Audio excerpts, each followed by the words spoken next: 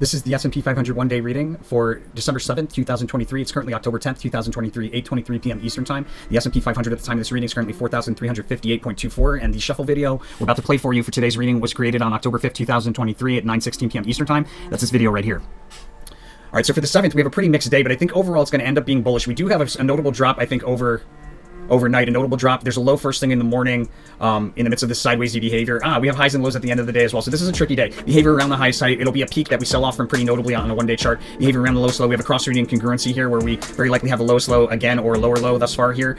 This is the low significator for the December reading, right? The low significator. So when you see that, that's considered a cross-reading congruency, especially when we're like looking at possible lowest lows here. And see, I have it indicated in time where it is in timing on the one day right here in the 1 month. So hopefully that makes sense. In any case, we probably open notably lower.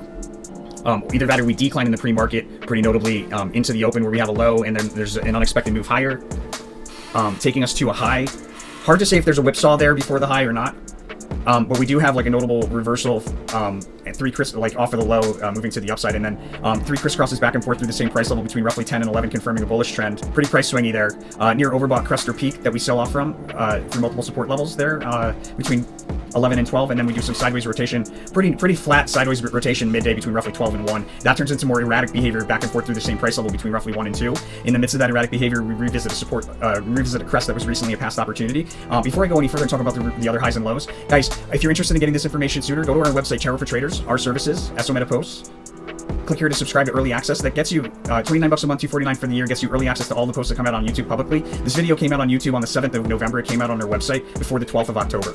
All right, so there's that erratic behavior back and forth through the same price level, revisiting a crest. It's probably the same high that we had somewhere around the open. It may be that we have a move higher and then a notable decline to a low and then a notable move back up to a high. Or it may be that we have a decline into the open as a low and then a notable move higher to a high. It's hard to say which one of those will transpire, but I would look for the lowest low, and I would look for the lowest low to turn into the highest high.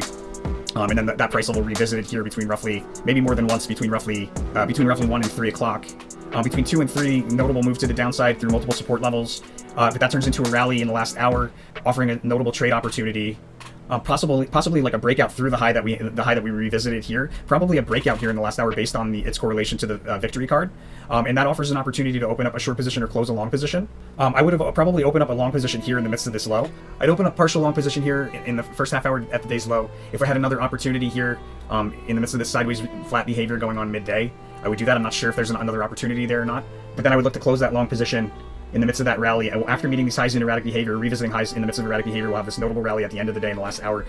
It'll be a prominent move higher and then a full retracement of that move back down right around the close, and we should go into a low either in the post market or the following day. But this is a cross-reading congruency for the low correlator card. So likely what it is that we revisit the lowest low again here on the 7th that we saw on the 6th. Sneak preview, a notable trade opportunity on the 8th, and then we've got unicursal there, so that's important. We'll talk about that in more detail when we do the reading for December 8th. Guys, be sure to follow that rule of karma. You don't want to get the flow of abundance through this channel shut off. Literally, all you got to do is be an angel investor of the channel. Take 5% of the profits that you make from this information and donate it forward to one of the charities on our resources tab of our website, Tarot for Traders.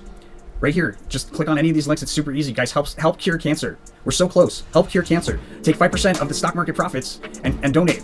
And then 5% of the profits should be donated back to the channel here through one of these. That leaves you with 90% of the money. Guys, I banned people for not following this because it's the whole purpose of the channel. I'm not doing this work, you know what I mean? I want to make a difference. You guys can help me do it. This is how we do it. So make sure to follow that rule of karma. It leaves you with 90%. Make sure to spend that money out of love. As long as you follow those rules, you got an abundance mind, a gratitude mentality, and a clear conscience, all necessary components to continue manifesting wealth, and the universe will send it back to you tenfold through this channel, my friends. Blessings to all my angel investors.